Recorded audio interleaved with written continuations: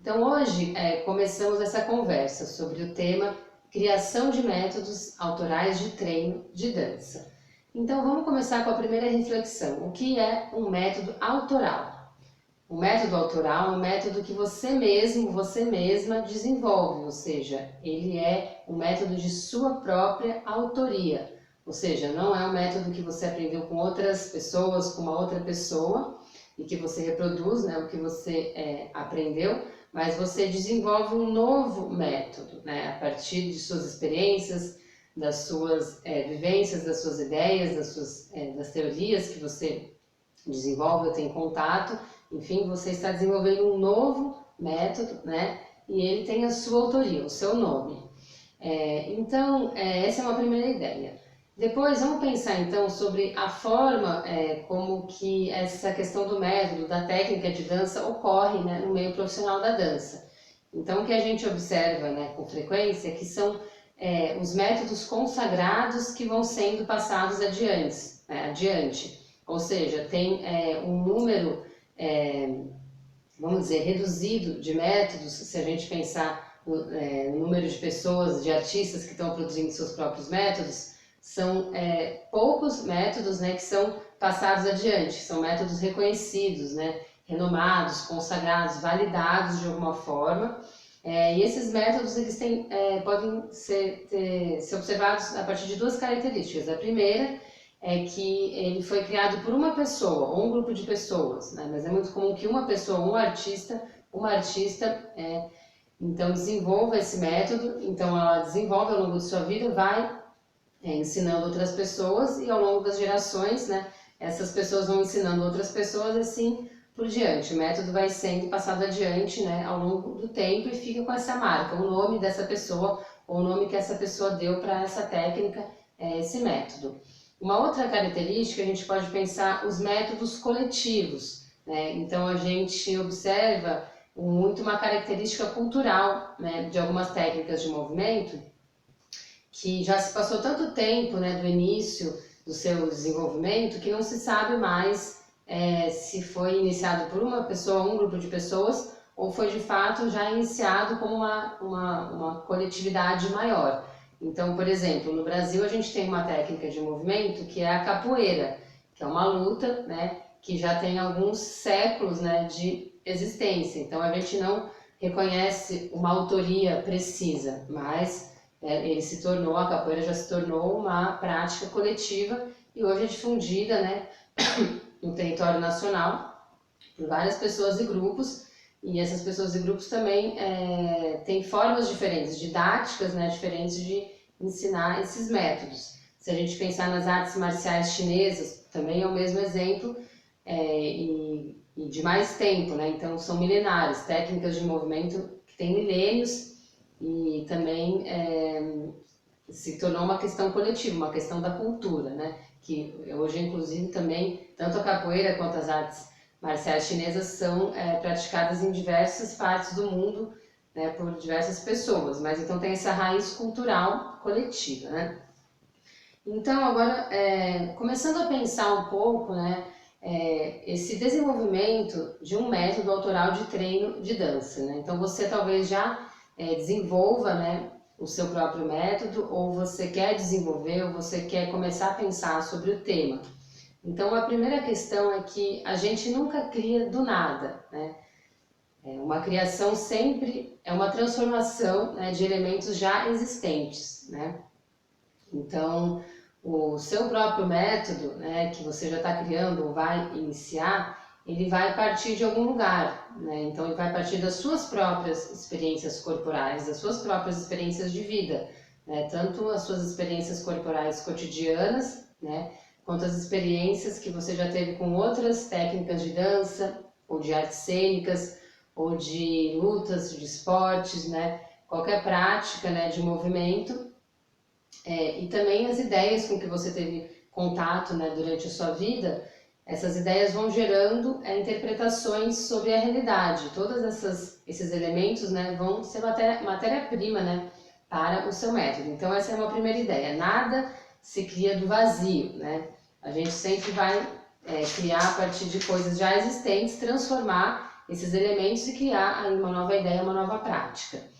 Então, vamos pensar alguns passos, né? Vamos pensar 3 passos, né, no início dessa conversa de hoje, para a gente aprofundar o desenvolvimento de um método autoral. Então, o primeiro passo, qual é? Seria você se reconhecer enquanto corpo e enquanto movimento, né?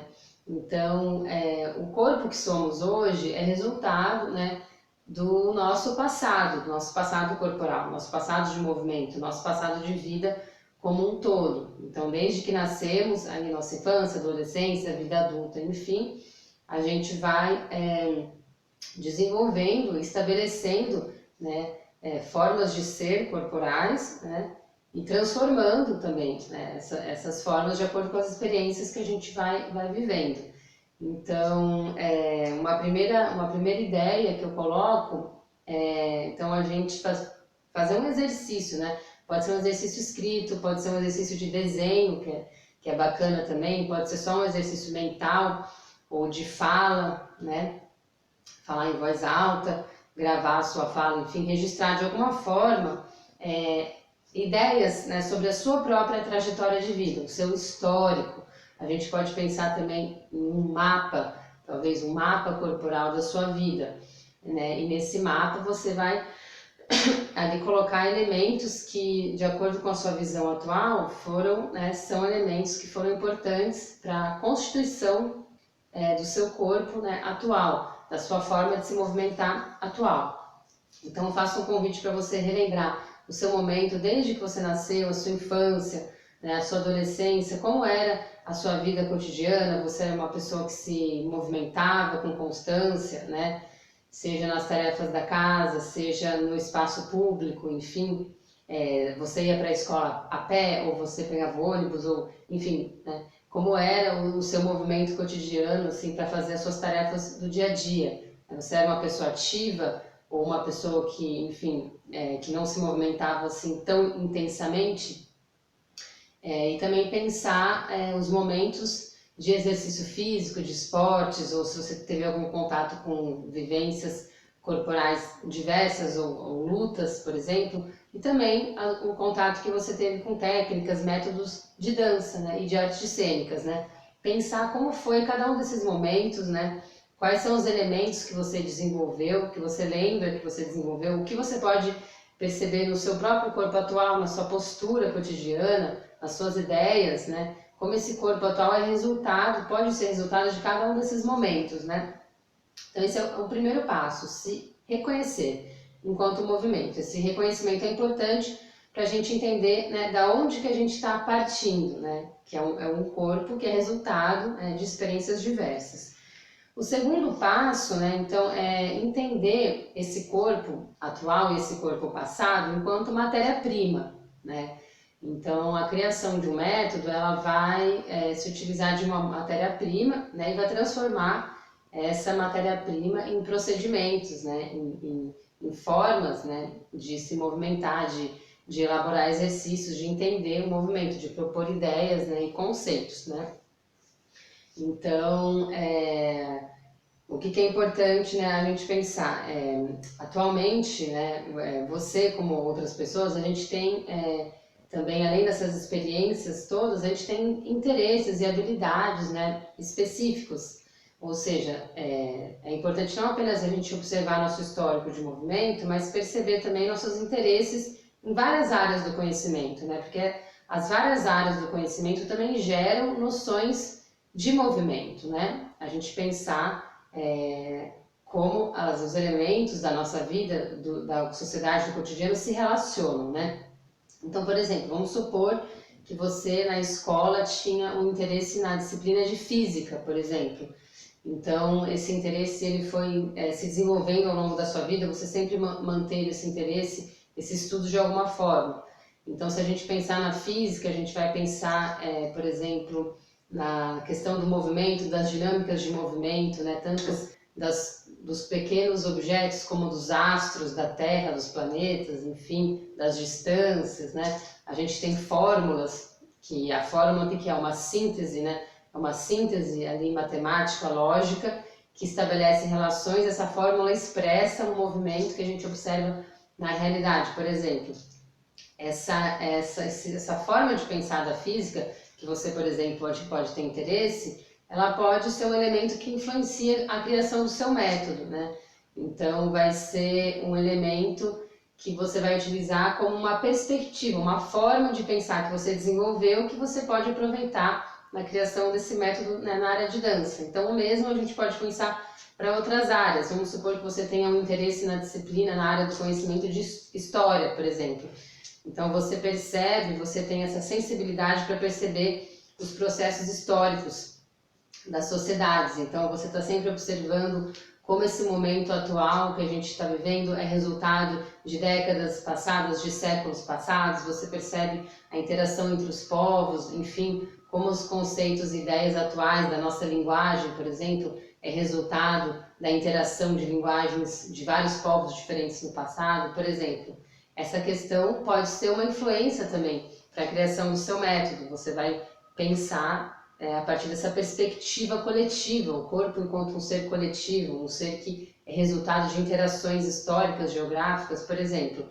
Então, esse é um outro elemento, a gente pensar como os nossos interesses, as nossas habilidades em várias áreas, né, do conhecimento também são, né, matéria-primas, também são interessantes para a gente construir e pensar, né, a criação, né, do nosso método de treino. Então, eu estou sempre olhando aqui porque eu anoto coisas e vou falando com vocês.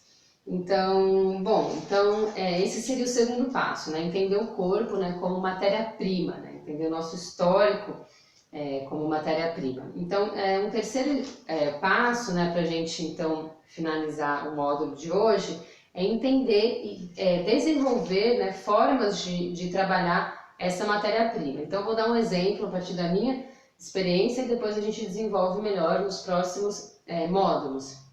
Então, por exemplo, na criação do meu método, né, de treino em dança, um dos pilares desse método é a música, a área da música. Então, que eu me relaciono com essa área de duas formas. Uma é através da música enquanto som, enquanto elemento sonoro, né? Então, a partir da experiência que eu tenho com música, que é uma experiência que eu tenho desde criança, assim como a experiência com dança, então ao longo de toda a minha vida eu fui percebendo não só a música enquanto elemento sonoro, mas percebendo os sons do cotidiano como elementos sonoros que dialogam também com a música. Então, uma das formas que eu trabalho a dança com a música é através do som. Então, como o movimento se relaciona com o som, né? E as diversas formas, né, as possibilidades que essa relação pode acontecer. E a segunda forma, que é uma forma um pouco mais complexa, mais densa, eu penso como eu posso traduzir as estruturas teóricas da música em movimento. Ou seja, como o movimento ele pode expressar, traduzir elementos conceituais, né, da teoria musical. Então, por exemplo, esse é um exemplo que eu dou para vocês só para ter um exemplo prático, para a gente aprofundar melhor depois, uma forma possível, né, de desenvolver essa matéria-prima. No caso, eu coloquei que a música é uma matéria-prima que faz parte do meu histórico de vida, faz parte do meu interesse, e como eu traduzo, né, como eu utilizo essa matéria-prima na área da dança, no desenvolvimento do meu método.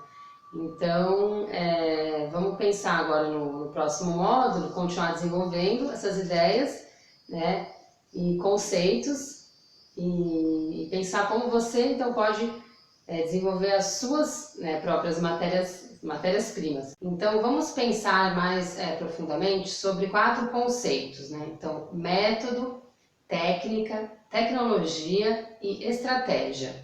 Então, pensar sobre o método. O que é um método? O método é uma sequência de ações realizadas durante um período de tempo e as relações que se estabelecem entre essas ações, entre esses elementos. A técnica é também uma sequência de ações, né, realizadas durante um período de tempo e também as relações, né, que se estabelecem. Então, nesse sentido, a gente tem uma semelhança entre método e técnica. Mas muitas vezes a técnica ela tem uma ideia de chegar a um produto final, chegar a um estado final, né, que seria muitas vezes a produção de uma tecnologia, né, que seria um produto, um objeto que vai ser produzido a partir dessa técnica. Mas a gente pode pensar técnica e método como ideias, né, práticas semelhantes, né? O método, muitas vezes, ele vai ter uma intenção também de chegar a um estado final, por exemplo, se a gente pensar nos métodos de treino na área de dança, né? Chegar a um estado corporal, um estado de percepção específico. Mas muitas vezes o método ele tem uma valorização maior do processo, né? Então, e da descoberta, né? Do que vai se descobrir corporalmente durante aquele passo a passo, durante aquele processo. Mas então, de qualquer maneira, a gente pode pensar, né, método e técnica como um passo a passo, uma sequência de ações, uma forma de realizar também, né, aquelas ações, né? E daí, bom, então a tecnologia, né, como já foi dito, seria a produção, né, de um produto, muitas vezes um objeto, né, através da técnica, né, e de um método. E relembrar também que a técnica e o método, eles são também um conjunto, né, de ideias, né, de conceitos, né, de pensamentos que definem procedimentos. Então, tanto a técnica quanto o método, eles são ações práticas, mas são também um conjunto, né, de ideias que se relacionam, né? Então, acho que é importante também de pensar que ideia, né, produz a prática e a prática produz a ideia, pensar nesse aspecto relacional, né, do processo, né? Então, isso é importante também para a gente pensar, por exemplo, um método que ao longo do tempo, ele está aberto para o seu desenvolvimento, ele está aberto para que as ideias do método gerem novas práticas e aquelas práticas geram novas ideias. Então, esse é um aspecto possível, um método que ao longo do tempo vai se ampliando, vai se enriquecendo, vai se permitindo transformar em alguns aspectos, né? Ou a gente pode ter um método, uma técnica que ele vai se transformar menos, né? A ideia é que mantenha um núcleo, ou enfim, uma estrutura um pouco mais rígida de uma transformação menor ao longo do tempo, porque transformação é inevitável, ela sempre vai ocorrer, porque o fator tempo, ele de qualquer maneira vai alterar aquele estado, aquela ideia. Mas pode haver uma proposta já inicial de ter uma alteração menor, né? Então, as duas propostas são interessantes, viáveis, só é importante a gente entender as diferenças entre essas possibilidades, né? Então, voltando à questão da tecnologia, se a gente for pensar também no histórico, né, no histórico da humanidade, ali lá no início da humanidade, quando estávamos, né, nos fazendo enquanto seres humanos, ainda teve um estágio anterior em que ainda éramos, né, mais próximos aos animais, como os animais se relacionam com a natureza, ou seja, os seus cotidianos, os seus procedimentos diários, eles se utilizam da natureza como ela está e não alteram esse ambiente muito, praticamente não alteram, apenas dão continuidade àquele ciclo sem alterar o meio, né? E a gente pode pensar, enfim, com o desenvolvimento do ser humano, né, que foi se diferenciando dos outros animais, essa alteração do meio ambiente, né? E essa alteração se dá também por conta da complexificação das técnicas e métodos, né, e das tecnologias geradas por esses procedimentos, né? Então, esses procedimentos e esses objetos vão alterar cada vez mais o ambiente, vão se tornar também objetos mais complexos, que vão facilitar de alguma forma certas ações, certos acontecimentos, né? E vão gerar aí alterações maiores também do meio e do processo, né, como um todo. Então, para a gente pensar assim no início, né, por exemplo, a questão da caça, né, que é uma questão essencial na história, né, dos seres humanos. Então, no início, ali, os seres humanos se utilizavam de objetos para caçar, objetos que eles encontravam na natureza. Então, pedras ou pedaços de ossos de animais que estavam mortos, chifres, etc. E com o tempo, os seres humanos passaram a alterar, né, esses objetos, ou seja, através de técnicas, de métodos de transformação, né, desses objetos, por exemplo, polir uma pedra ou afiar um osso, né? Então, esses elementos passaram a servir como um instrumento de caça um pouco mais elaborado, tinha uma maior eficácia ali naquela caça, Então, essas foram as primeiras tecnologias geradas, né? As tecnologias relacionadas à busca pelo alimento, né? Então, nos dias atuais, nós enxergamos essas tecnologias como tecnologias simples, pois chegamos aí num momento em que atingimos uma alta complexidade, né, de técnicas, métodos e tecnologias. Então, se a gente vê, por exemplo, um objeto como um avião, por exemplo, né, ou um submarino, por exemplo, ou um prédio de 40 andares, são objetos com uma complexidade alta, né, porque tem uma quantidade maior de elementos envolvidos, também mais relações, né, entre esses elementos. Então, hoje teve esse desenvolvimento, mas são todos esses objetos, produtos, são todos tecnologias, e os procedimentos para realizados, tanto para fabricar os produtos quanto para realizar ações com esses objetos, são todas técnicas e métodos apenas diferentes e de complexidades diferentes, né? Então a gente pode pensar também agora o conceito da estratégia, né? A estratégia é uma ideia que se relaciona muito com o plano, né? O planejamento. Então, a organização prévia, né, de uma ação. Então tem muito a ideia de um início, um meio e um fim, né? Tem um início da onde que eu vou sair, ou um grupo de pessoas vai sair, enfim. Tem um processo e tem um fim, um local final a se chegar. E esse processo vai ser percorrido através justamente do método, né? Da técnica. Então a estratégia ela é de uma maneira um método, né? Uma técnica. Mas a gente pode pensar a estratégia como um método alargado no tempo, né? Com esse elemento do planejamento e o elemento também da previsão de elementos possíveis, novos elementos que podem ocorrer no meio do processo e que seria a imprevisibilidade, né? Então a estratégia também prevê você lidar com elementos de imprevisibilidade. Você já define previamente se determinado elemento aparecer, como que eu vou lidar, né, com ele, né? E a estratégia também prevê formas de se relacionar nesse percurso. Então, esse percurso ele pode ser percorrido de várias formas, né? Até chegar ao ponto esperado, né? O ponto colocado ali, que seria o ponto final. Então, se a gente pensar num desenho, por exemplo, eu posso ter uma linha reta de um ponto inicial até um ponto final, ou eu posso ter uma linha mais curva, ou eu posso ter várias linhas retas, enfim.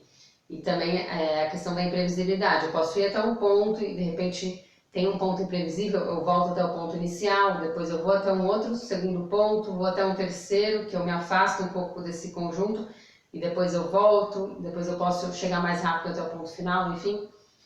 Tem vários, se a gente pensar num desenho, várias possibilidades, né, de desenhar esse percurso, digamos assim, desse trajeto, né, que essa estratégia prevê, né. Então, esses são quatro elementos, quatro conceitos que são importantes para a gente pensar a construção, né, de um método autoral, para a gente entender melhor alguns conceitos, melhor também a diferença, né, entre eles, e a partir daí criar um diálogo mais rico, né, entre as nossas ações, né, na criação das nossas ideias e práticas. Olá, então começando o módulo 3 da conversa sobre criação de métodos autorais de treino de dança. Então, vamos pensar agora nessa parte da conversa sobre vários pontos assim que a gente pode usar para aprofundar, né, nossa reflexão sobre a construção de um método. Então, é importante a gente perceber que nem sempre a mesma sequência, né, de ações, de exercícios, vai levar sempre a um mesmo lugar, né? Porque, enfim, como eu disse ali no módulo 2, muitas vezes a técnica tem essa ideia de chegar no mesmo local, de produzir um objeto sempre semelhante. E o método a gente pode pensar também mais na valorização do processo, né? Mas de qualquer maneira, tanto método quanto técnica são um conjunto, né, de ações, uma sequência de ações, e a gente pode pensar que muitas vezes essa sequência vai levar a um mesmo lugar ou a um local semelhante, ou muitas vezes vai levar a locais diferentes, né? Porque existem fatores, existem elementos que se relacionam tanto da imprevisibilidade quanto elementos existentes ali devido à própria passagem do tempo, que vão se relacionar de formas diferentes, né, com essas ações, com essa sequência. Então, essa relação, né, daquele momento vai produzir transformações diferentes, vai levar a locais, né, diferentes, né? Então, a gente pode pensar também que muitas vezes pessoas diferentes também realizando a mesma sequência têm uma probabilidade ainda maior de chegarem a locais diferentes, pois são corpos, né, diferentes. E esses corpos se relacionam de formas diversas aí com os exercícios, né? Então é interessante quando a gente pensa, por exemplo, a gente pode desenvolver um método exclusivamente para um treino individual, um treino, né, do meu próprio grupo de dança, ou eu posso utilizar esse método, né, e desenvolver uma didática para ensinar, né, esse método para outras pessoas. Então esse ponto sobre as diferenças, né, entre os corpos é importante, inclusive para isso, assim. Então muitas vezes a gente faz o exercício no nosso próprio corpo e eu vou ensinar aquele exercício, a pessoa vai entender de forma diferente ou vai vivenciar aquele processo de forma totalmente diferente, né? De qualquer maneira é importante, o que é importante? Estar sempre testando, né? Então é importante testar sempre em si mesma, né? Em si mesmo, e daí depois ensinar para outras pessoas, seja as pessoas do seu grupo de dança, sejam alunos, alunas, né? Que sejam da dança ou não, porque muitas vezes a gente pode utilizar um método que é utilizado para treinar artistas e criar espetáculos. Esse mesmo método pode ser desenvolvido de uma outra forma para ensinar pessoas que não são artistas, né, para desenvolver ali a consciência do movimento, né, por exemplo.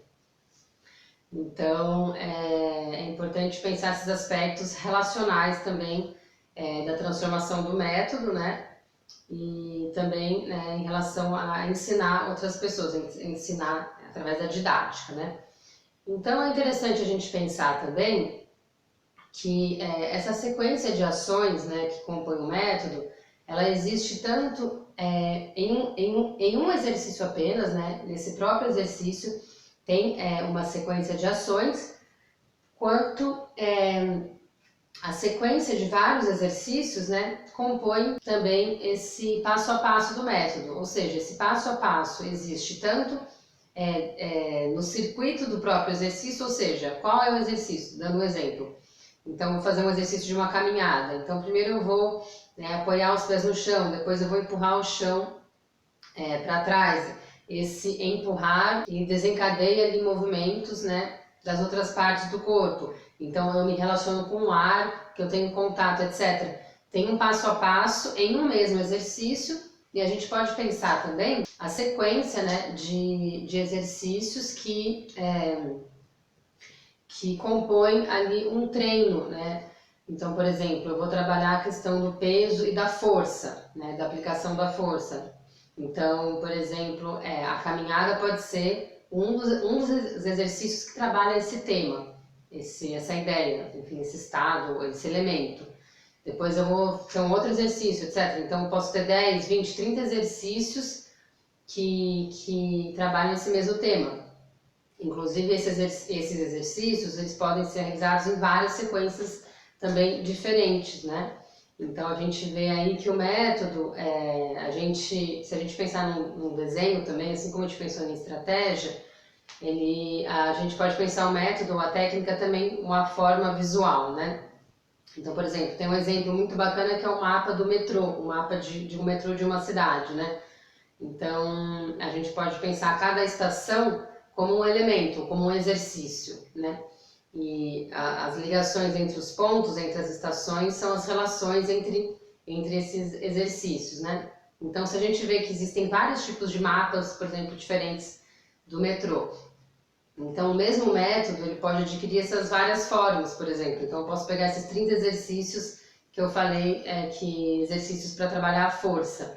Eu posso colocar eles em várias ordens diferentes, né? E essa ordem diferente vai levar a locais diferentes também, tanto a possíveis locais finais, quanto a processos, né, diferentes durante, né, a execução desses exercícios, né? O método é isso, assim, também é uma combinação, possíveis combinações entre os elementos, formam sequências, né, diferentes.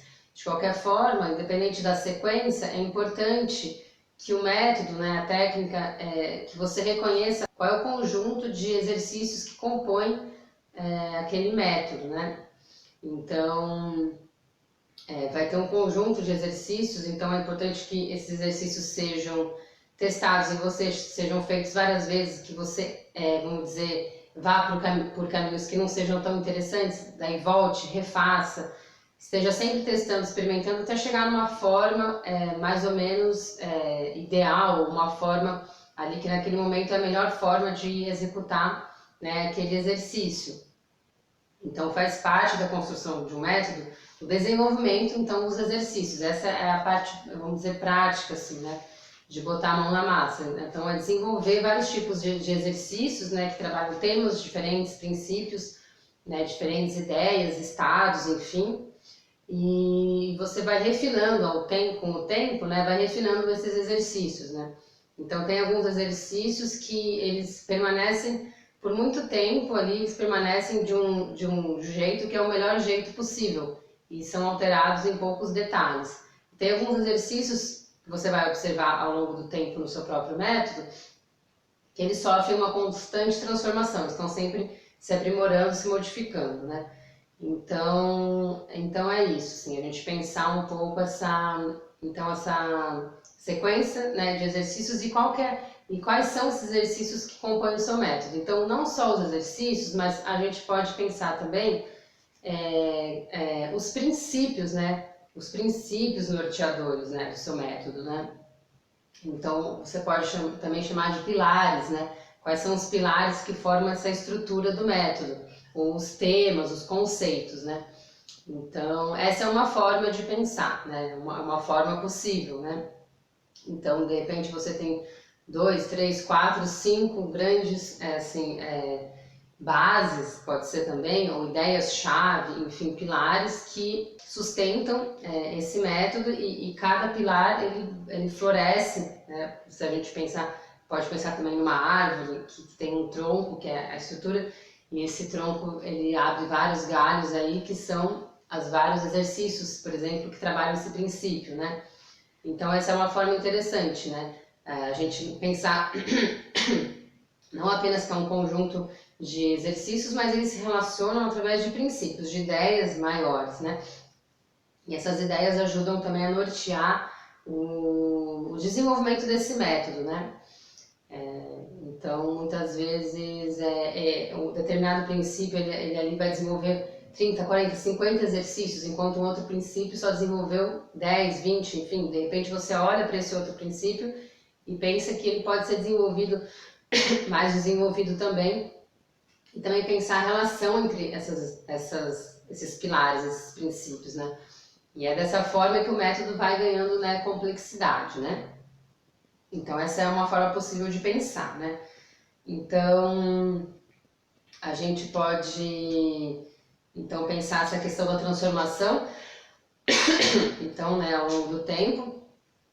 Então muitas vezes por exemplo, esse método ele vai se manter ao longo do tempo com essas estruturas, esses princípios mais ou menos inalterados, ou então ele vai se ramificando, vai ganhando uma complexidade maior, ou novas estruturas, novos pilares, né, vão se inserindo nessa estrutura. Isso é uma forma possível também. Então, a gente pode pensar também que o método ele pode ser sistematizado, organizado, enfim, logo no início, né? No início, antes de começar o método, enfim, você pode já delinear e traçar, né, a forma que você quer colocar os elementos em relação, definir vários exercícios já de antemão e ir praticando, ou ele pode ir se desenvolvendo ao longo do tempo, que eu acho que é o mais comum, né, que acontece, porque os artistas eles vão, né, vivendo a vida, desenvolvendo, ganhando novos conhecimentos com o tempo e se transformando. E essas transformações vão enriquecendo também os seus métodos, né? E muitas vezes ocorre também da pessoa, o artista, ele começar a desenvolver uma forma, né, de treinar, começar a desenvolver ali exercícios e apenas um tempo depois, muitas vezes anos depois, essa artista vai perceber aquela organização de ideias como uma sistematização, como um método, uma técnica, né? Então, a partir desse momento, dessa primeira observação para o passado, né, que já ocorreu, pode haver, então, uma primeira sistematização, né, dessas ideias, uma organização dessas ideias, e então pode-se decidir, então, continuar desenvolvendo essa estrutura da forma, né, que estava sendo desenvolvida, ou então mudar o direcionamento, né, ou ampliar o que estava sendo feito. Por isso que é importante a gente sempre olhar para o que a gente está fazendo, porque a gente já fez, para reconhecer, organizar, entender melhor, elaborar a ideia, entender aquilo e colocar, a partir desse entendimento, colocar em relação com outros elementos. E com isso o método vai se enriquecendo. Mas então, essa é uma outra forma da construção de um método. Muitas vezes você já está colocando o método em prática, mas ainda não entendeu aquilo como um método, não sistematizou, né? Por exemplo, muitas vezes você está iniciando algum aquecimento antes de uma aula, ou uma professora faltou, você deu a aula no lugar, ou você está elaborando um espetáculo solo ou em grupo e está ali propondo exercícios que você mesmo elaborou. Então você já está criando uma forma própria, né, de fazer. Mas não necessariamente você já sistematizou, organizou aquelas ideias, encontrou os princípios que estavam norteando esse método, né? E, enfim, então vai ter um momento que você vai sentar e sistematizar essas ideias e organizar, entender aquela estrutura, né, que já estava ocorrendo, né? Então, nesse sentido, né, é importante a gente entender os princípios, nesse caso que se você já estava praticando o método e ainda não caracterizou como método, nesse momento de reconhecimento é importante então reconhecer o que você estava fazendo, quais eram os princípios, as ideias que estavam norteando, né, esse processo, e reconhecer da onde que veio, a fonte, né, quais foram os elementos que você colocou em relação com o seu próprio corpo para originar aqueles exercícios, né? Então, reconhecer é sempre importante, a origem, né, das coisas. Muitas vezes você aprendeu aqueles exercícios, né, com outras pessoas, mas você refez, né, aquele exercício de uma outra forma, ou você elaborou um exercício completamente novo e por aí vai. Esses detalhes a gente vai falar no próximo módulo, né? Então, assim, a gente ainda, né, fechando com algumas ideias, é importante, na criação de um método, a gente está sempre testando, né, experimentando. Porque o teste ele vai levar a gente a conhecer as realidades. Então, eu vou testar, não deu certo, eu vou testar uma outra coisa, enfim, vou experimentar, né? Então, muitas vezes a gente pode nem ter a ideia de estar construindo um exercício ou estar construindo um método, mas o próprio processo, o próprio experimento vai levar, vai criar um caminho ali interessante que você depois pode querer sistematizar aquele caminho e percorrer de novo aquele caminho de outra forma, né? Que a gente nunca percorre o mesmo caminho, mas a gente pode tentar, então, na elaboração de um exercício, a ideia é essa, a gente vai tentar trilhar mais ou menos o mesmo caminho, só que de outra forma, porque já passou um tempo e o tempo nos alterou, né? Mas essa questão do teste, da experimentação, da pesquisa, né? Que é a investigação, né? Você está se propondo a se debruçar sobre um elemento, sobre um processo, investigar aquele processo a partir de várias óticas, várias perspectivas, com várias ferramentas, colocar em teste aquele elemento e assim chegar, né, a um processo interessante ou se você quiser um resultado interessante, né, e por aí vai, né? Então, essa questão, né, do processo, a valorização do processo. Então, com isso, a gente termina aqui o módulo 3, então a gente continua aí no módulo 4 para continuar pensando nesses elementos. Então, até já! Olá! Começando, então, o módulo 4, né, da conversa Criação de Métodos Autorais de Treino de Dança. Então, na conversa, né, desse módulo, a gente vai falar um pouco sobre formas possíveis de criação de exercícios no seu método autoral, ou seja, criação de novos exercícios, exercícios que ainda não existem em outros métodos. Desde 2002, que é o ano que eu comecei a desenvolver o meu método autoral, que é o método de investigação do movimento e criação em dança, eu pude desenvolver várias formas possíveis de geração de exercícios. Então, eu compartilho com vocês aqui algumas dessas possibilidades, né, que eu tenho pensado e praticado nesses anos. Então, vamos lá. A primeira possibilidade é a geração de exercícios a partir de princípios já encontrados em outros exercícios, né, em outros métodos já existentes. Então, se a gente vê métodos de movimento, né, seja o movimento cotidiano, né, e a forma, as soluções que o corpo encontra para realizar as tarefas cotidianas, seja os métodos de dança, né, as técnicas de teatro, de circo, enfim, seja os métodos também de movimento encontrados, né, em esportes, vivências corporais, lutas. Todas essas são formas de sistematizar e entender o movimento e se movimentar, praticar, né, ações corporais. Então, em todos esses métodos, a gente encontra princípios que estruturam essas formas de pensar.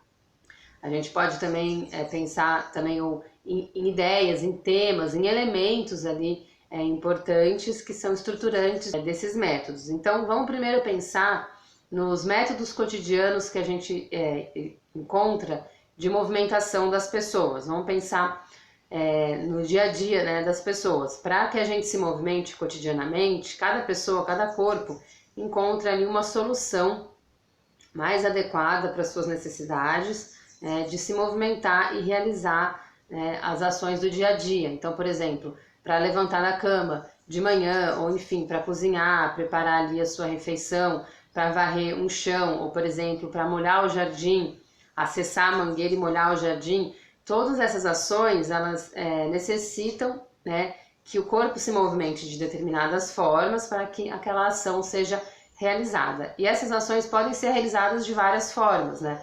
O corpo pode se movimentar de várias formas para atingir o mesmo objetivo. Então, vamos pensar em uma questão prática. Por exemplo, eu vou molhar o jardim e eu tenho que acessar a mangueira. E a mangueira está grudada na parede no nível baixo. Então, eu tenho que me agachar para acessar aquela mangueira. Então, eu posso me agachar me apoiando na perna direita, ou, enfim, apoiando na perna esquerda. Eu posso me agachar me apoiando nas duas pernas, ou eu posso, por exemplo, estender o corpo para frente e ficar com as pernas esticadas.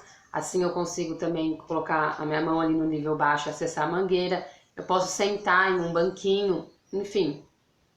Tem várias formas através das quais eu consigo, com as minhas mãos, acessar o nível baixo para acessar aquela mangueira. Então, esse, por exemplo, são vários caminhos possíveis que a gente encontra que foram uma solução, soluções diferentes para se atingir um mesmo objetivo, né, que é acessar o nível baixo com as mãos. Então a gente pode encontrar aí um elemento ou uma ação que é acessar o nível baixo com as mãos. Então, a partir daí eu vou observar, né, essa situação e eu vou elaborar princípios, eu vou elaborar exercícios a partir dessa ideia ou desse princípio, desse tema, que é acessar o nível baixo com as mãos.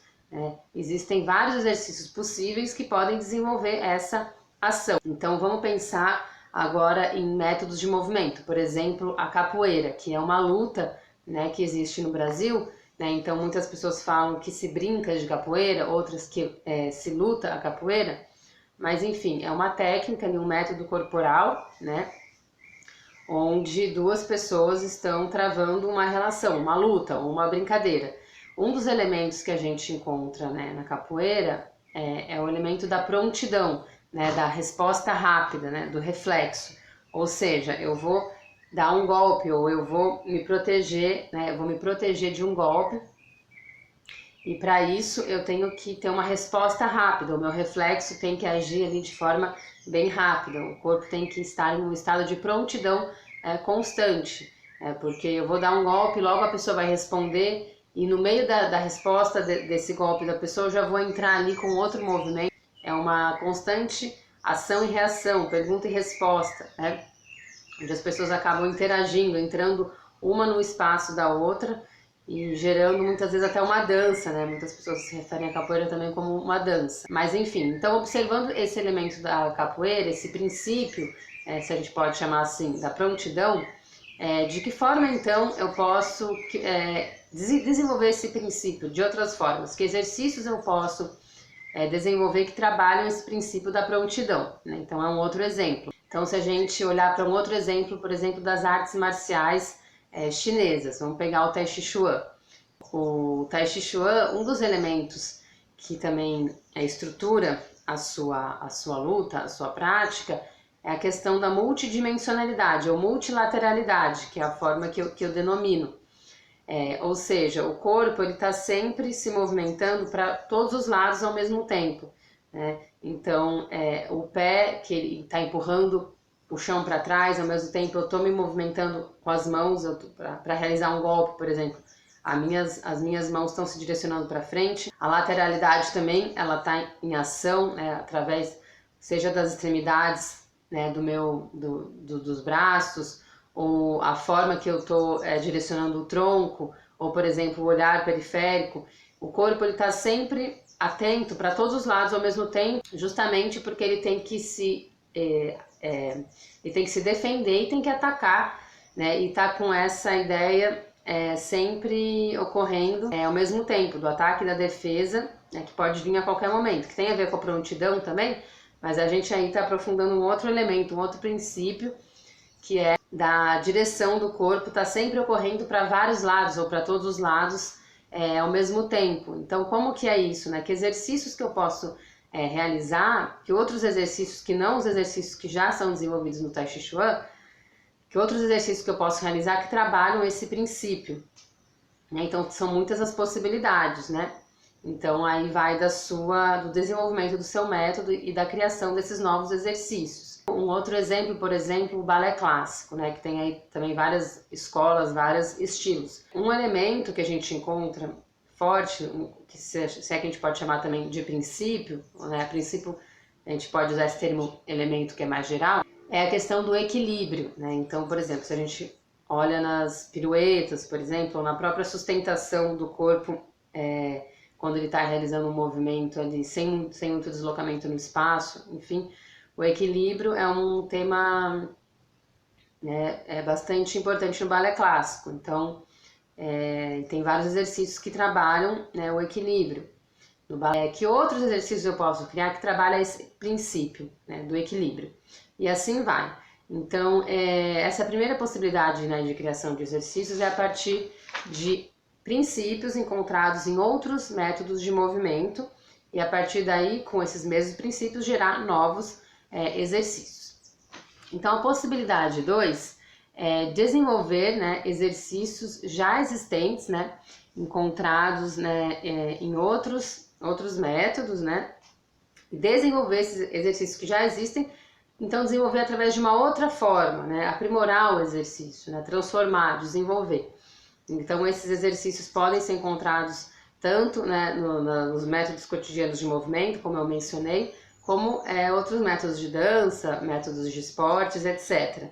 Né? Então, nessa possibilidade, é importante a gente reconhecer a origem, né, desse exercício que você está criando, a raiz desse exercício. Né? Então, se ela foi criada em outro método, quem criou esse método, quais foram as influências desse outro método, né? É importante esse reconhecimento, né? Não só apenas para dar créditos, né, para a pessoa que criou esse exercício, mas também para que você entenda as raízes, né, do seu trabalho, as raízes dos exercícios que você está criando, qual foi a origem, qual foi o conjunto de conceitos, o conjunto de ideias que está embasando ali esse exercício que vai compor o seu método também. Então, a gente vai aos poucos entendendo as influências diretas e as influências indiretas, né, que compõem o seu método autoral. Bom, então vamos lá. A possibilidade 3, né, de geração de exercícios é a partir de um elemento observável no ambiente, né, um elemento, uma ação, uma imagem. Então, eu vou dar um exemplo já para a gente começar. esse movimento do Sol ele existe, né, em torno da Terra. O que acontece é que a Terra, né, gira em torno do Sol, mas aqui, quando a gente está dentro da Terra, o que a gente consegue perceber é que o Sol tem um movimento do Sol ao redor da Terra, né? A gente percebe a Terra enquanto um contexto estático e a gente percebe que o Sol, uma hora está em um ponto, né, do horizonte, outra hora está em outro ponto. Então a gente percebe esse movimento circular, elíptico, né, do Sol, né,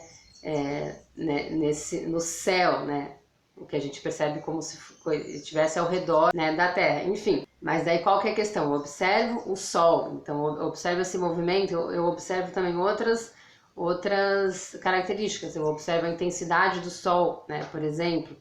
Eu observo a velocidade, né, também do Sol, ou então da própria Terra, né, porque são elementos ali, objetos, vamos dizer assim, em rotação, em relação. Então eu posso perceber a velocidade da Terra também em relação ao Sol, mas enfim, são elementos que eu observei. Então, movimento circular, elíptico, intensidade da luminosidade. Bom, então eu observei ali no ambiente uma ação, um contexto, né, um elemento. E eu quero criar exercícios a partir dessas ideias, né? Ou seja, eu vou traduzir esse movimento, né?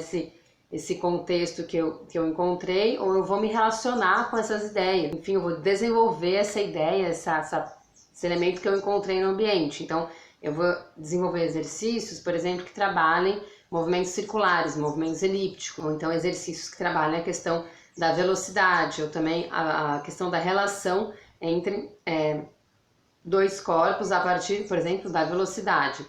Então, que exercícios que eu posso realizar que vão trabalhar esses elementos, né? Então, aí é um terceiro caminho, né, uma terceira possibilidade para a geração de exercícios, tá? Então, vamos pensar na possibilidade 4, que seria um conceito gera um exercício, né? Então, o que seria isso, né? Então, um conceito, o que é um conceito? É uma ideia, é uma ação observável sintetizada, né, em uma...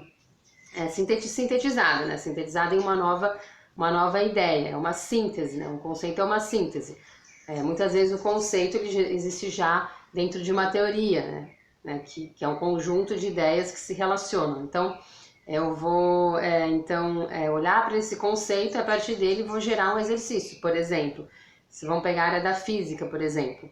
A área da física tem muitos conceitos, mas se a gente pegar o conceito de velocidade constante, o que é a velocidade constante? É quando um corpo se movimenta, ele se movimenta de forma constante, ou seja, não há aceleração, não há desaceleração e não há pausa do movimento. É uma velocidade constante, que se mantém constante durante um período de tempo. Então esse é o conceito da física que pode também ser observado, inclusive na teoria musical. Se alguém está executando uma música em um instrumento, você pode pedir para aquela pessoa tocar aquele instrumento, tocar aquela música, enfim, em uma velocidade constante, sem alteração da velocidade, né? Então, que exercícios que eu posso realizar que desenvolvam esse conceito da velocidade constante? Muitas as possibilidades, né, de exercício. Eu vou aí desenvolver a minha criação, as minhas ideias para gerar exercícios que trabalhem esse conceito, que expressem, traduzam, que se relacionem com esse conceito, né? Então, bom, e daí a última possibilidade que eu coloco aqui, a possibilidade 5, né, é quando um conceito enriquece, né, um exercício, né, que já existe, que você já está desenvolvendo, né?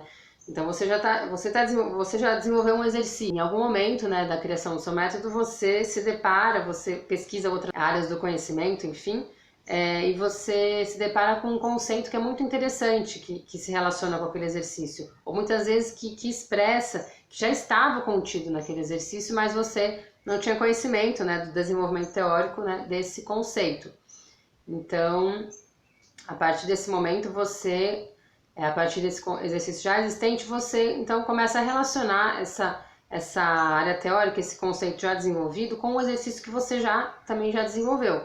E daí o seu exercício vai, enfim, se enriquecer, através desse diálogo, vai muitas vezes se modificar, inclusive. Essa é uma quinta possibilidade da geração de exercícios. Então são vários caminhos, provavelmente, né, existem vários outros caminhos possíveis através dos quais a gente pode gerar, criar novos exercícios. Então eu deixo essas 5 possibilidades práticas para você criar exercícios. Então, se você já cria exercícios, de repente reconhecer se algum dos caminhos que você percorreu para criar novos exercícios se relaciona com alguma dessas 5 possibilidades, ou se é uma outra possibilidade que não está aqui, que eu não falei, e a partir daí ir gerando, enriquecendo, né, o seu método. Então é isso, assim, esse módulo termina com essa ideia sobre essa questão prática, né? Então possibilidades práticas, né, de geração de exercícios para o seu método autoral. Então finalizamos por aqui este módulo. Tá. Então, vamos então finalizar, né, toda essa conversa que a gente teve nos outros módulos com algumas reflexões, né, sobre esse tema da criação de métodos, né? E também eu vou trazer para vocês algumas referências de métodos que estão sendo desenvolvidos no Brasil, né, por artistas brasileiros nesse momento. Alguns métodos mais atuais, alguns que têm algumas décadas já de existência. Então, trazer para vocês algumas referências escritas com reflexões, né, realizadas sobre essas técnicas, esses métodos. Primeiro, vamos colocar uma reflexão, né, sobre a criação de métodos de treino, que para a gente desenvolver, né, um método de treino em dança, é necessário, né, muita dedicação, né, disciplina, é necessário um tempo, né, suficiente, tanto um tempo diário de dedicação para a transformação, para o desenvolvimento desse método, quanto um tempo, ao longo do tempo, vamos dizer, é necessário muitos anos, né, de dedicação para que esse método se desenvolva.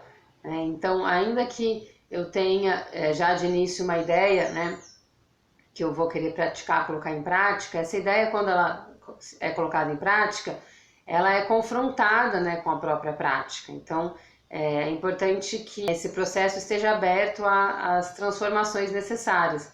Então, o tempo ele vai amadurecendo, né, as ideias, as práticas do seu método, né, muitas vezes reconfigurando até algumas estruturas que no início eram importantes e podem, por exemplo, passar a ser secundárias ou não, ou as estruturas podem continuar as mesmas, mas se aprofundando, se enriquecendo através do contato também com outros elementos. Então, né, o que eu recomendo é uma dedicação, uma disciplina, uma persistência, né, no desenvolvimento desse método que dura aí anos, né? Então, em geral, o desenvolvimento de um método vai durar a vida inteira, né, de uma pessoa, né, no seu âmbito profissional. Então, é um convite para a dedicação no desenvolvimento do seu método. E um convite também para a gente colocar em prática, né, nossas ideias. Muitas vezes as pessoas se sentem, de certa forma, inseguras ou sentem que as suas ideias não são tão importantes ou interessantes, ou pensam que outras pessoas não vão ter interesse por essas ideias,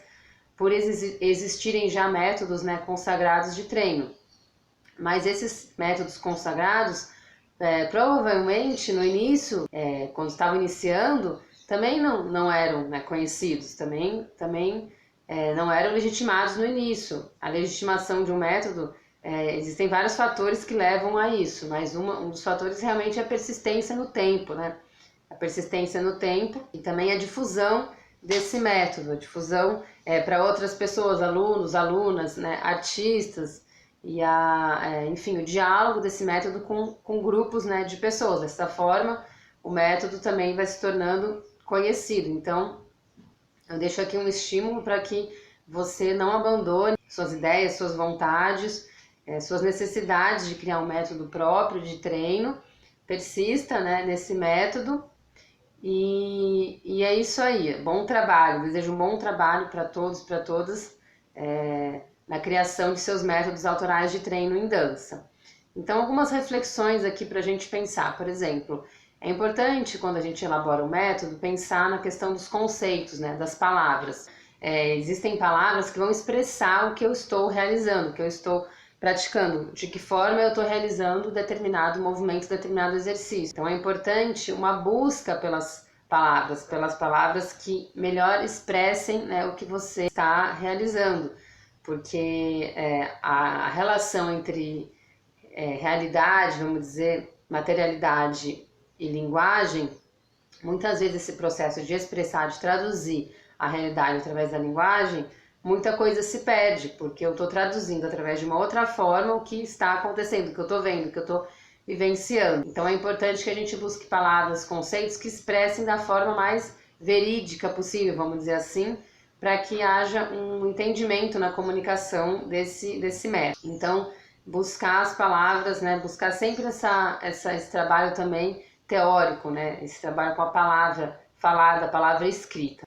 Então, por exemplo, muitas vezes eu estou realizando um movimento e eu tô utilizando uma palavra que nem sempre é a melhor palavra para expressar aquele movimento, né? Então, eu me abri também para possibilidade de buscar novas palavras para expressar o que eu já estava, né, fazendo. Uma outra questão é a gente pensar sobre o espaço, né?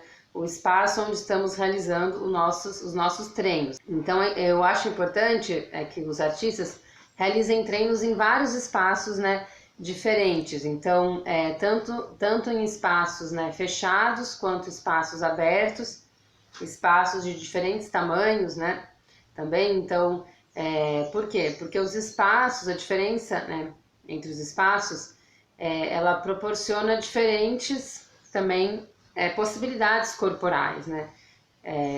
O espaço, ele também cria corpo, ele também cria movimento. Então, por exemplo, se eu vou estar treinando em uma sala fechada, uma sala, vamos supor, de 4 metros quadrados, de 2 por 2 metros, né, um quadrado.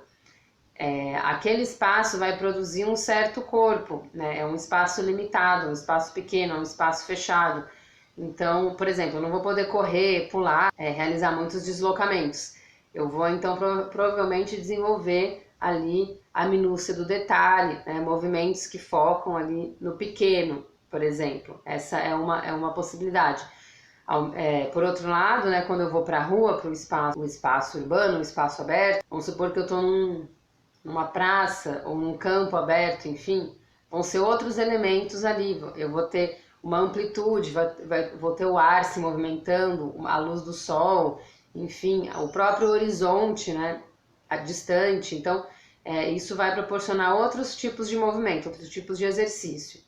Então, muitas vezes a gente pensa no chão também, né? Porque muitas vezes a gente pensa que o chão ideal para dança é um chão liso, uma sala vazia com um chão liso de madeira, mas nem sempre é o caso, né?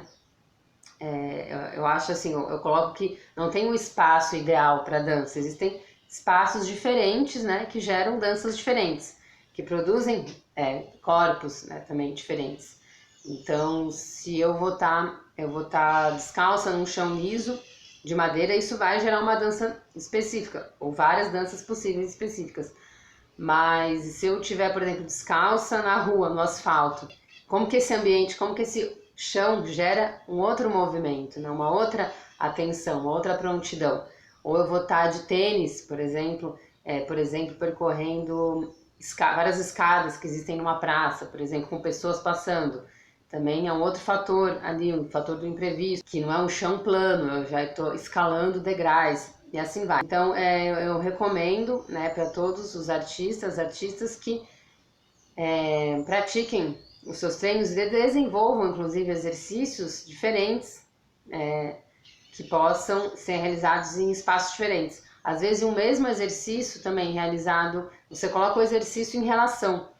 Você primeiro exercita, por exemplo, esse exercício numa sala fechada, num chão liso, depois esse mesmo exercício num chão irregular, no jardim, ou enfim, na calçada de uma rua movimentada, e perceber a transformação desse exercício em função das diferenças do ambiente, né? E a gente pode pensar também numa ótica relacional, né? Não só como o espaço produz corpo e movimento, mas como o corpo produz espaço, né? Como o corpo propõe também e modifica esses diferentes ambientes, né? Então essa é uma reflexão sobre espaço também que eu acho importante, né, a gente pensar. Uma outra ideia também bacana que a gente pode pensar na elaboração de exercícios é que o mesmo exercício pode gerar várias variações. Então a gente pode pensar um exercício como uma base, né, e esse mesmo exercício vai gerar variações, que são o quê? Que é o mesmo exercício de formas diferentes, com gradações, né? com poucas ou grandes alterações, mas todas essas variações têm uma mesma base. Então, ao invés de ter, por exemplo, 5 exercícios diferentes, completamente diferentes, eu tenho um mesmo exercício e 4 variações. Essa é uma forma também de entender e estruturar o método, né? A forma que se desenvolve, né, os exercícios. Então, algumas reflexões aqui para vocês, para a gente, né, finalizar, assim, antes das referências, né, de outros métodos. O treino de dança, o treino de movimento, é o processo que vai tornar o corpo apto a dançar, né? E o que é esse corpo apto? Depende de cada corpo, depende de cada estilo ou método de dança, né? Não existe uma forma só de dançar, não existe um tipo de corpo só que é apto para a dança, mas esse método, um método específico vai gerar aptidões, né, diferentes para a dança, e outro método vai gerar diferentes aptidões. De qualquer maneira, todos eles estão gerando habilidades necessárias para que o corpo, né, se movimente, para que o corpo dance. Então a gente, a partir daí, pode pensar também que, como já foi mencionado em outros módulos, que o treino ele gera cena, né? Então, quando a gente vê uma cena, quando a gente vê um resultado cênico, a gente está vendo ali o resultado também do treino, né, corporal, não apenas. Para gerar uma cena são necessário um processo, né, complexo que junta vários fatores. Um deles é o treino, né, corporal, o treino de movimento. Mas se a gente pensar o treino de movimento como um desses pontos iniciais, a gente então entende que esse ponto inicial, né, é o ponto de partida aí para gerar então a composição coreográfica, que é um processo, né, de compor, realizar uma coreografia de dança. Esse treino vai gerar também o processo de criação de espetáculo.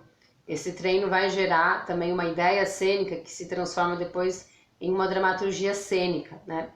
Então, é uma questão para a gente se pensar, para a gente pensar junto, né, e juntas.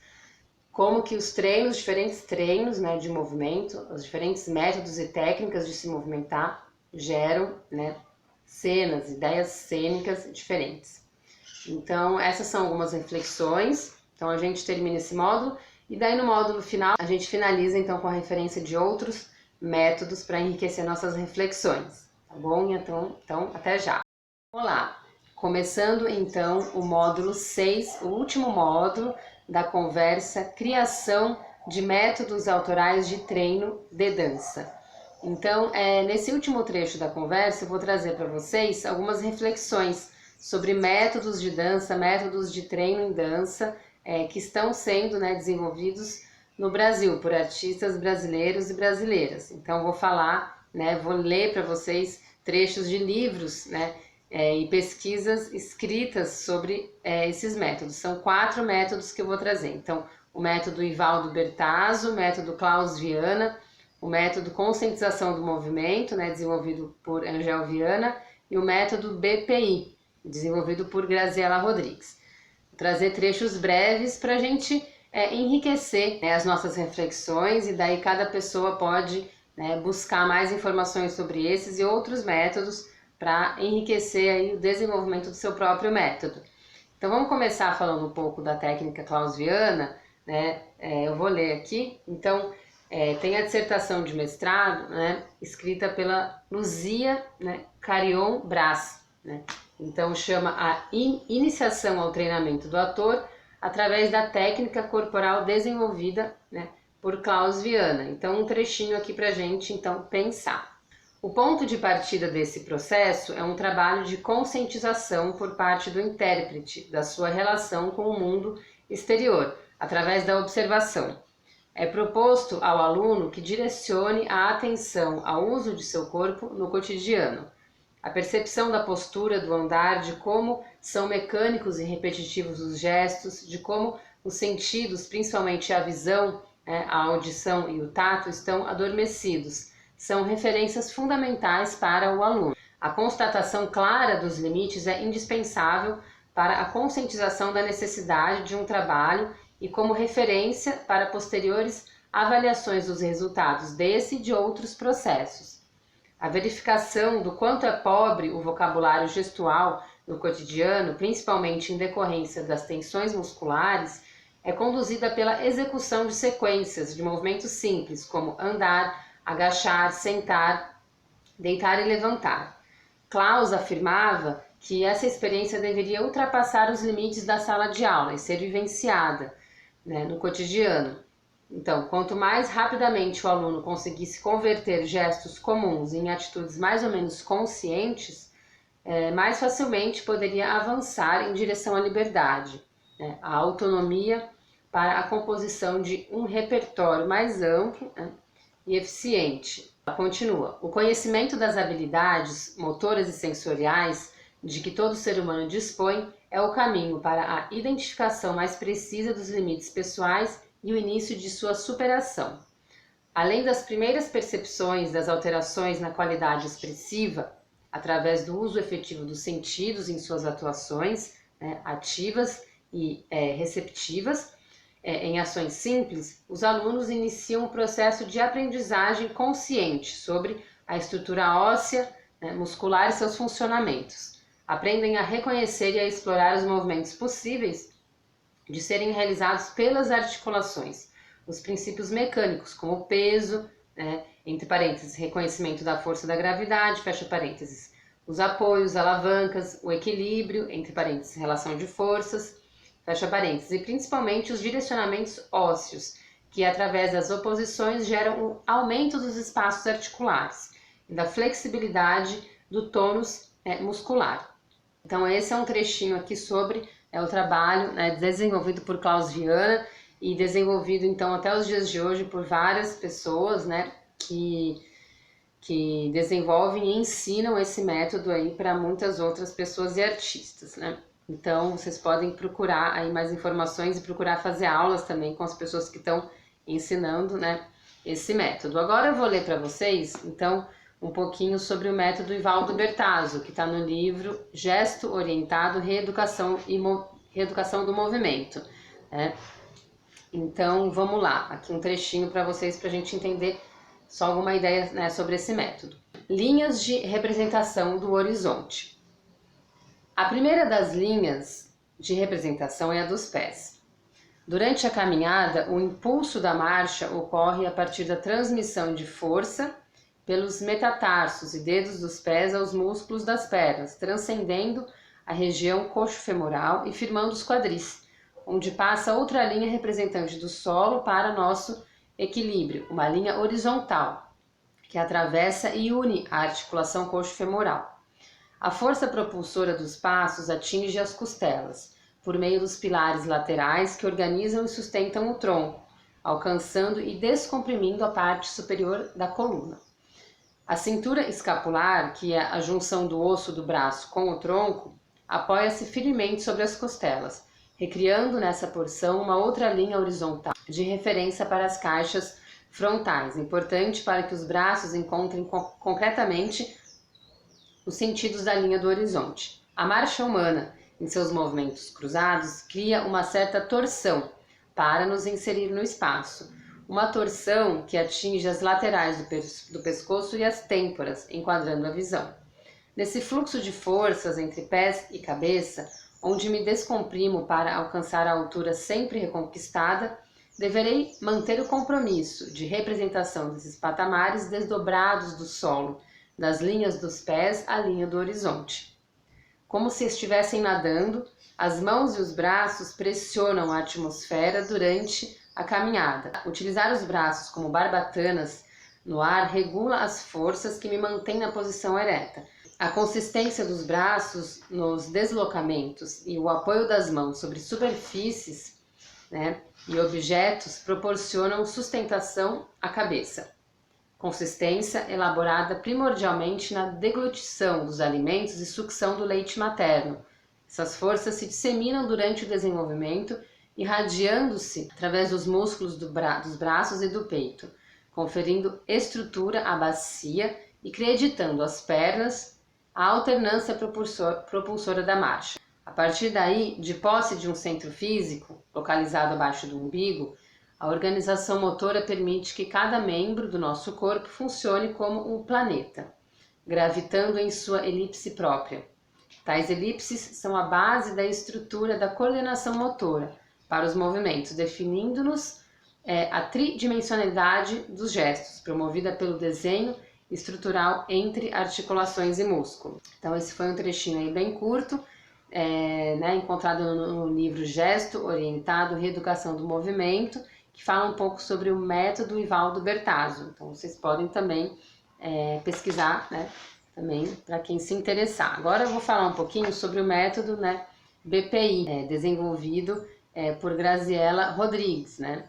Então, vamos lá, o método BPI, né, que é o bailarino, pesquisador, intérprete. Então, um trechinho, né, do livro Bailarino, Intérprete, Processo de Formação, né, que fala um pouco sobre esse método. Então, vamos lá.